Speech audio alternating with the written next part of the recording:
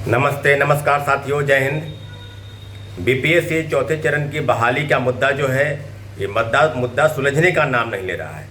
आए दिन आप देख रहे हैं कि लगातार शिक्षक अभ्यर्थियों की तरफ से चौथे चरण की बहाली, और सरकार ने भी निर्णय किया कि शिक्षक बहाली की जो बातें हैं, जो मुद्दे हैं, उसको हम सुलझाएंगे और बहुत जल्द, यानी आगामी जो जुलाई महीना है उसमें TRE 4 का विज्ञापन नहीं, परंतु शिक्षक बहाली के इन 7 विषयों और लगभग 20,000 पद की बहाली, इन सब विषयों को लेकर हम आगे बढ़ाएंगे।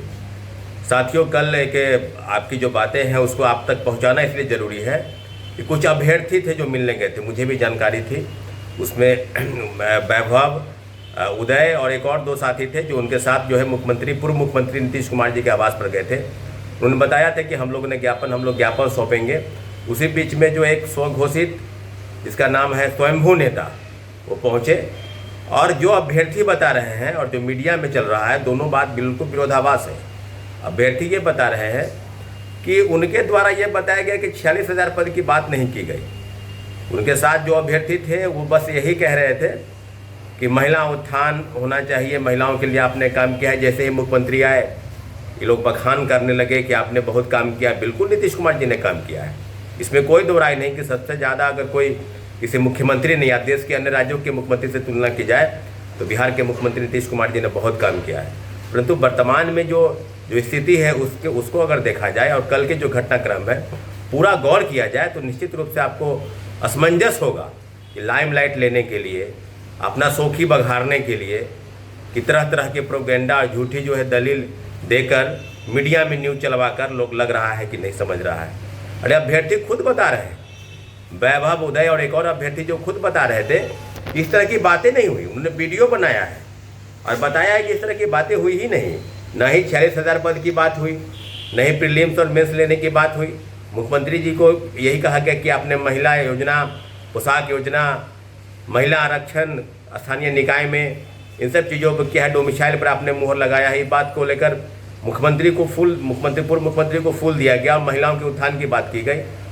मुख्यमंत्री जी ने भी कहा कि हमने भी महिलाओं के लिए बहुत कुछ किया है और चौथे फेज के बहाली के अभ्यर्थी हैं तो ठीक है, इनका भी विज्ञापन जो आएगा।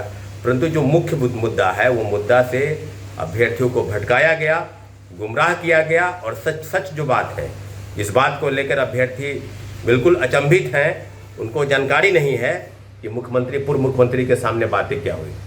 अभ्यर्थियों को आप अब समझ रहे होंगे कि क्यों इस तरह की चीज़ें हो रही है।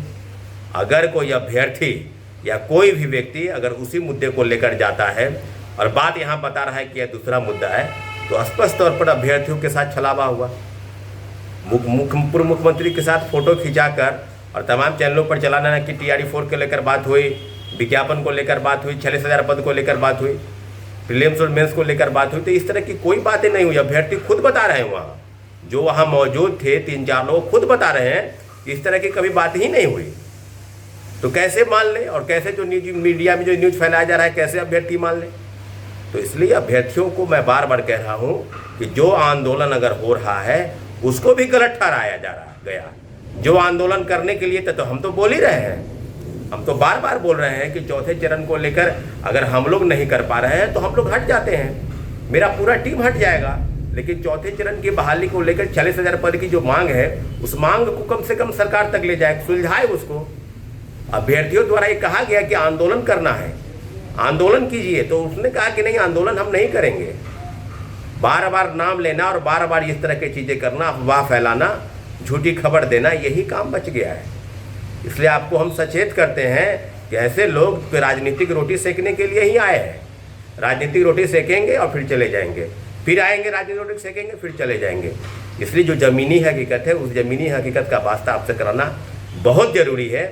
चौथे चरण की बहाली को लेकर 46,000 पद की बात, इस बात को लेकर जो हम लोग ने प्रेस कॉन्फ्रेंस किया था कि 1 जून के बाद हम लोग पुनः बैठेंगे, उसी मुद्दे पर हम लोग कायम हैं। साथियों, आपको घबराने की ज़रूरत नहीं है। हम लोग देख रहे हैं कि किस प्रकार से गलत प्रोपेगेंडा अपनाकर एक गलत नैरेटिव सेट किया गया कि सरकार की मंशा क्या है, सरकार क्यों नहीं देना चाहती है। तो इस तरह का विरोधाभास आने वाले कई आंदोलनों को कमज़ोर करने का प्रयास किया जा रहा है। इसलिए आपसे आग्रह और निवेदन है कि जो चीज़ें हो रही है वो बहुत जल्द 2, 4, 5, 10 दिन के अंदर आपके अंदर सामने आ जाएगा कि वाकई में लड़ने वाला व्यक्ति सामने आकर लड़ेगा या यूं ही भाग जाएगा। तो आपको सब पता हो जाएगा, कहने की ज़रूरत नहीं है, सब चीज़ सामने आ जाएगा इसलिए हम लोगों का स्पष्ट मानना है कि बिहार की सब बहाली, चाहे चौथे चरण की बहाली हो, चाहे बिहार एसएससी का मुद्दा हो, लाइब्रेरी की बहाली हो, स्टेट हो, सीटेट हो, डीएलएड हो, जितने भी अभ्यर्थियों के मुद्दे हैं उस अभ्यर्थियों पर हम लोगों को लड़ना हम लोगों का काम है, ना कि अभ्यर्थियों को अलग अलग प्रकार से गुमराह करके अपना प्रोपेगेंडा सेट करना।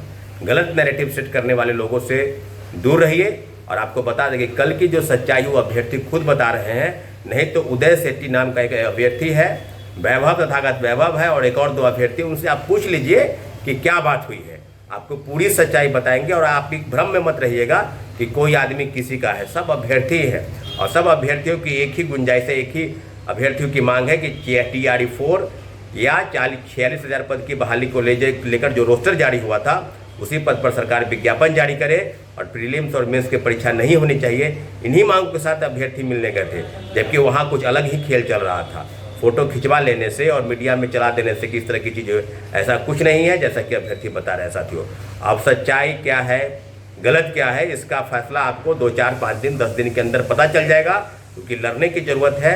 अगर व्यक्ति नहीं लड़ रहा है तो एक बात स्पष्ट है कि वो पीछे हट जाएगा। आपको बार बार बता रहे हैं कि राजनीतिक रोटी सेकना ही उसका एकमात्र उद्देश्य है।